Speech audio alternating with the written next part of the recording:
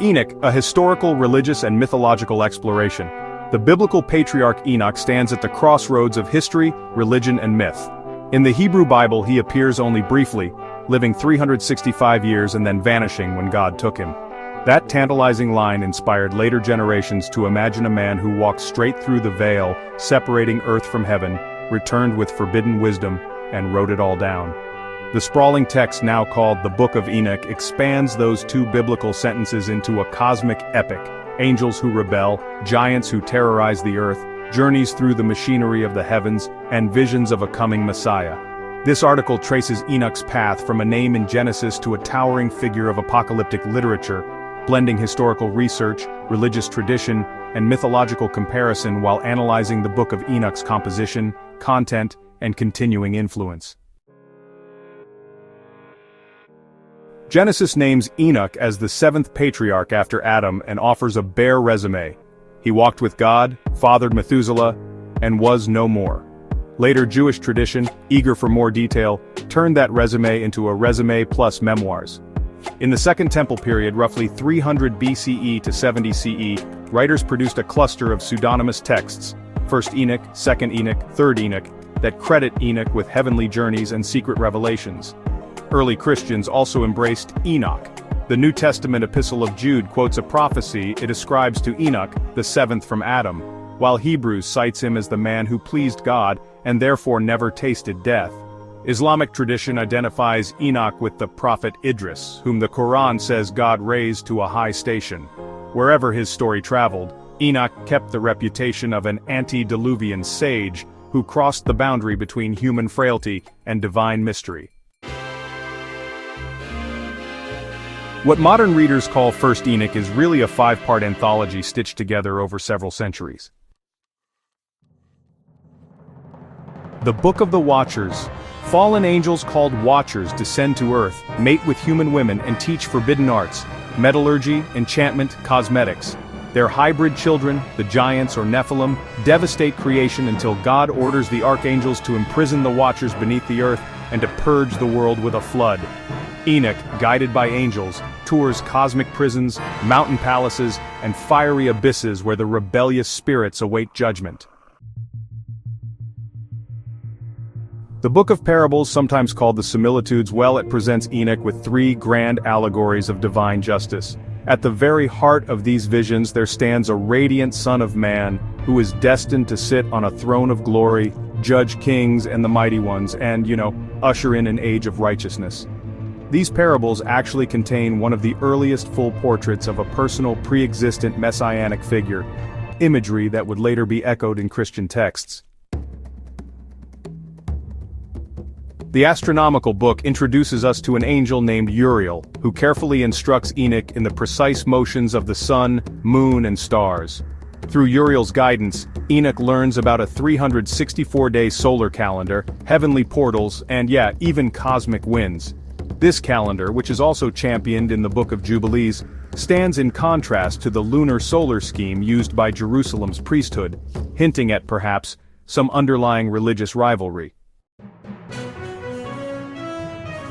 The Book of Dream Visions, it's where Enoch recounts a series of symbolic dreams. First comes a vision of the coming flood, and then the so-called animal apocalypse, in which all human history is portrayed as a parade of animals. Sheep for Israel, bulls for the patriarchs, and birds for the Gentile nations. This sweeping allegory marches right through the age of the Maccabees and ultimately looks forward to a final showdown between sinners and the righteous sheep. The Epistle of Enoch, it's a set of ethical exhortations and apocalyptic speeches addressed to Enoch's descendants. Within this section, the Apocalypse of Weeks divides world history into 10 weeks, starting from creation and reaching all the way to new creation, with each week culminating in either judgment or blessing. These 5 works at first circulated separately in Aramaic. Later editors, wove them into a single book, translated it into Greek, and then, over time in Ethiopia, into classical Ge'ez.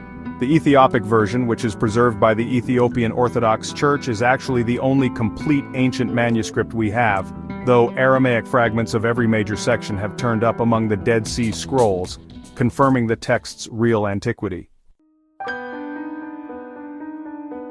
The earliest layer, called the Book of the Watchers, probably arose in the 3rd or early 2nd century BCE, when Judea was under Hellenistic rule. Its portrait of corrupt angels bearing illicit knowledge might reflect Jewish anxieties about Greek culture flooding into Jerusalem, kind of an anxious mirror to those Greek myths that celebrate Prometheus for teaching mankind the arts. Later, strata correspond to later crises. The dream vision's allegory reaches all the way to the Maccabean revolt, and the parables with their persecuted righteous and conquering Son of Man match the tensions of the 1st century BCE. Throughout, the Enochic writers really position themselves as keepers of primordial wisdom, older than Moses, challenging the authority of temple priests, and presenting Enoch's revelations as, well, an alternative path to divine insight. Comparative mythologists, trace Enoch back to Mesopotamian prototypes, especially Enmedaranki, the 7th king before the flood, whom the gods took to heaven and taught divination. Like Enmedaranki, Enoch is 7th in line, lives a symbolic 365 years, which is the solar cycle, and returns with cosmic secrets. The Watchers, meanwhile, really resemble the Greek Titans, heavenly beings who rebel, mix with mortals, and are hurled into a subterranean prison.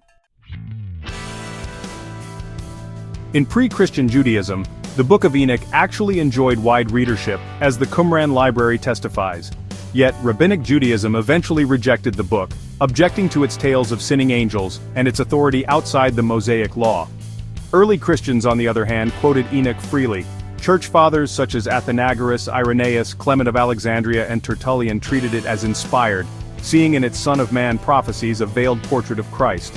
By the 4th century, however, mainstream churches excluded Enoch from their canons, citing doubts about authorship and concern over its angelology. Only the Ethiopian Orthodox Church and the Beta Israel Jewish community retained it as scripture. Despite exclusion, Enoch's ideas really seeped into Christian demonology, angelology, and eschatology. The notion that demons are the disembodied spirits of the Nephilim became a standard medieval explanation for evil spirits. Imagery of heavenly thrones, books of judgment, and angelic choirs echoing through Revelation and later Christian literature owes much to Enoch's visionary template. For centuries, Europeans knew the Book of Enoch only through its brief citation in Jude. In 1773, Scottish explorer James Bruce brought Ethiopic manuscripts to Europe, and the first English translation followed in 1821. Scholars, debated its authenticity until the Dead Sea Scrolls, discovered in the 1940s, produced Aramaic fragments. Those dusty scraps proved that Jewish writers 2 centuries before Christ had indeed composed the core of Enoch. Today, Enoch attracts theologians, historians, and popular culture alike. Biblical scholars mine it for background to New Testament theology. Comparative mythologists use it to map cultural exchange. Novelists and filmmakers adapt its fallen angel drama for modern audiences, from comic book epics to speculative fiction. Esoteric circles celebrate Enoch as a master of occult wisdom, and fringe theorists weave his celestial ascent into ancient astronaut fantasies. Meanwhile, the Ethiopian Church continues to chant passages of Enoch in liturgy, reminding the world that one community never lost this book in the first place. From a fleeting biblical verse to a sprawling apocalyptic saga, Enoch's journey illustrates how religious imagination can inflate a single mysterious line into a cosmos of myth, morality, and prophetic hope. The Book of Enoch blends Mesopotamian lore, Jewish piety, Hellenistic science, and visionary eschatology into a work that shaped and was later sidelined by both Judaism and Christianity. Its survival in Ethiopia and rediscovery in modern scholarship testify to literature's uncanny ability to vanish and reemerge, carrying ancient questions into new ages. Why do the righteous suffer? What is the origin of evil? Can humanity read the clockwork of heaven? Enoch, the man who walked with God, continues to walk through the corridors of faith and curiosity, a reminder that the boundaries between canon and apocrypha, history and myth, are as porous as the firmament he once traversed.